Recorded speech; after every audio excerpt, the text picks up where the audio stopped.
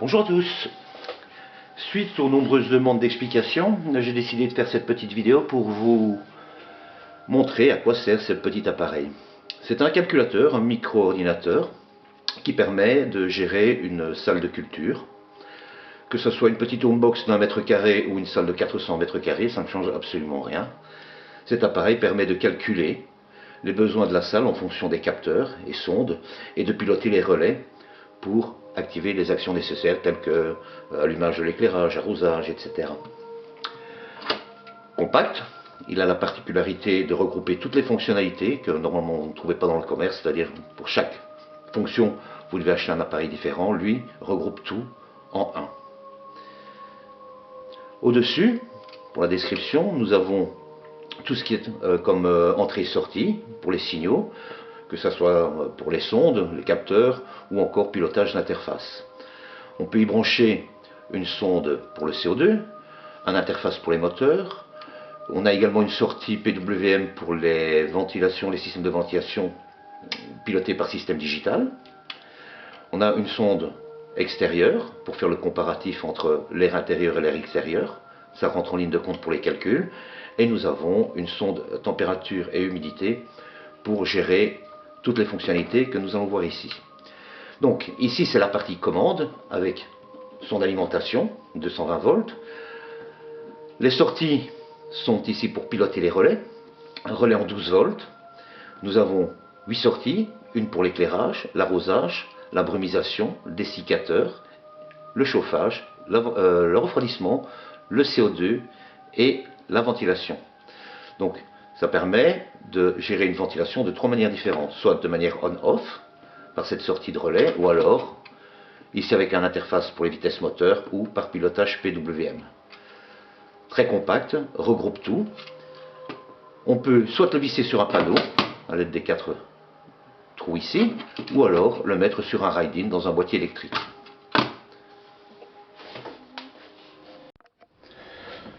Pour que ça soit un petit peu plus clair, j'ai monté le calculateur sur une petite planche de démonstration.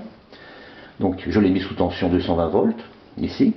Les LED simulent les sorties relais, c'est pour la visualisation. Nous avons une sonde CO2 qui permet le dégazage de CO2 ou de voir les niveaux CO2 dans votre salle. Ici nous avons une sonde de température extérieure et là une sonde température et humidité pour l'intérieur. Pourquoi deux sondes?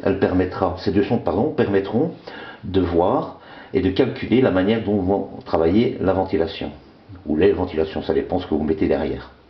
Si l'air de l'extérieur est plus chaud que l'air intérieur, eh bien le calculateur va gérer ça de manière intelligente afin de ne pas augmenter inutilement la température à l'intérieur de la salle de culture. Donc comme j'ai dit, 3 sondes. Vous n'êtes pas obligé d'utiliser 3 sondes. Si vous ne travaillez pas avec de CO2, vous ne la mettez pas. Si vous ne voulez pas de comparatif température intérieure-extérieure, vous ne la mettez pas. Et vous utilisez juste la sonde AM2320 qu'on trouve sur le commerce et que vous n'avez qu'à câbler. Nous voyons ici les sorties pour piloter des relais 12 volts.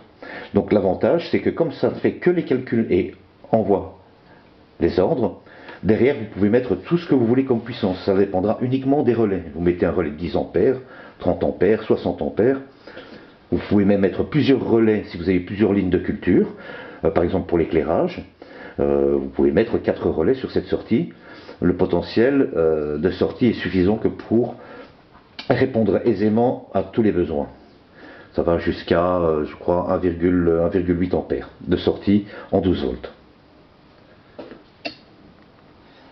Alors maintenant nous passons à la présentation du fonctionnement et des réglages.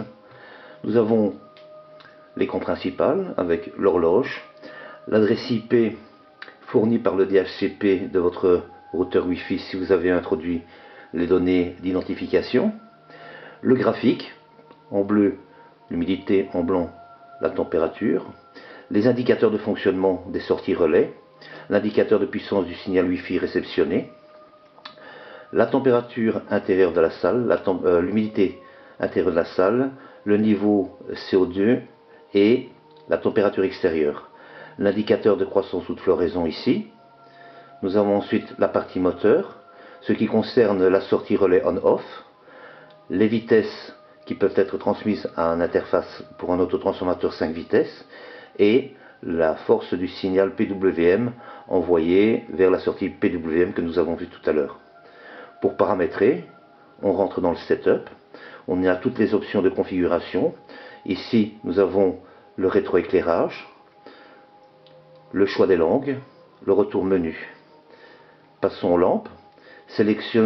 Pour sélectionner la croissance ou la floraison, il suffit d'appuyer sur la flèche correspondante. Et on y introduit l'heure de début et l'heure de fin du cycle lumineux. Pour la saisie, on appuie simplement sur la valeur à changer. Une petite calculette vient s'afficher.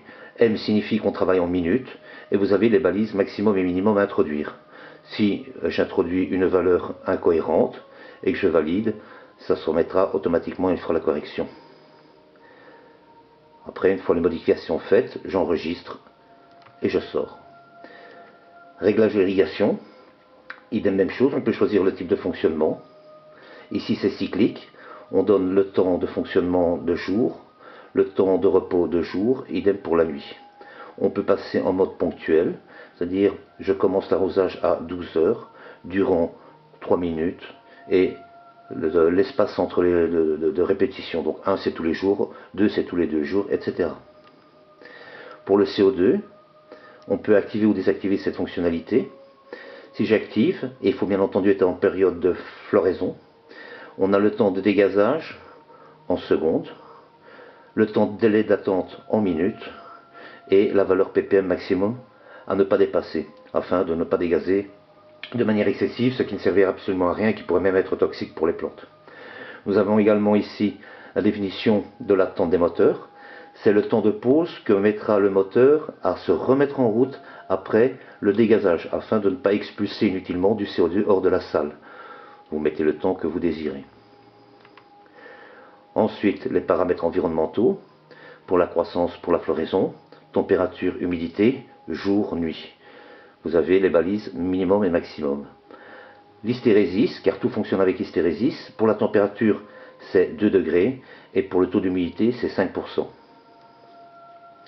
Nous avons la ventilation. En mode normal, la ventilation fonctionne sans arrêt, mais je peux lui demander, sur la sortie relais, je peux lui demander de fonctionner de manière cyclique, de jour comme de nuit. Nous avons donc les 3 modes de fonctionnement, on a vu pour le relais, ici la sortie PWM, je peux définir la vitesse minimum en deçà de laquelle le moteur ne descendra jamais. Ceci afin d'assurer un renouvellement minimum continu de l'air dans votre salle. Idem même chose pour la commande à 5 vitesses pour autotransformateur, vous pouvez définir la vitesse minimum en deçà de quoi elle ne descendra jamais. Nous avons ici la fonction overtemp. Quand vous avez une sonde extérieure de brancher, si la température, le delta de la température entre l'intérieur et l'extérieur est plus grand de la valeur introduite ici, automatiquement le calcul des 2 vitesses ici sera adapté afin de ne pas introduire de l'air beaucoup trop chaud dans l'espace de culture. Alors, paramètres Wi-Fi, comme pour tous les appareils Wi-Fi, vous rentrez votre SSID et votre password, vous validez, et une fois que c'est fait, vous aurez ici l'adresse attribuée par votre DHCP. Il suffira ensuite de passer sur votre téléphone, aller dans votre explorateur et de rentrer l'adresse qui sera fournie et vous pourrez accéder à vos paramètres en mode visualisation. Le réglage de l'horloge, très simple. Et nous avons ici comment brancher toutes les différentes sondes avec les valeurs à respecter. C'est assez simple. J'ai essayé de faire cette interface de manière intuitive, simple, concise. Pas besoin de faire une usine à gaz. Je crois que les gens comprendront tout de suite comment ça fonctionne. Par exemple ici, si je vais dans mon cycle lumineux, je passe en floraison, que j'enregistre la valeur, vous voyez, la valeur est enregistrée, je reviens et je suis bien en mode floraison. Et automatiquement, à chaque changement de mode de culture, le calculateur prendra en compte les données introduites pour le cycle correspondant à votre sélection. Voilà qui clôture la petite démonstration. Je vous reviens pour vous montrer rapidement comment est-ce qu'on peut mettre ça dans une boîte. A tout de suite.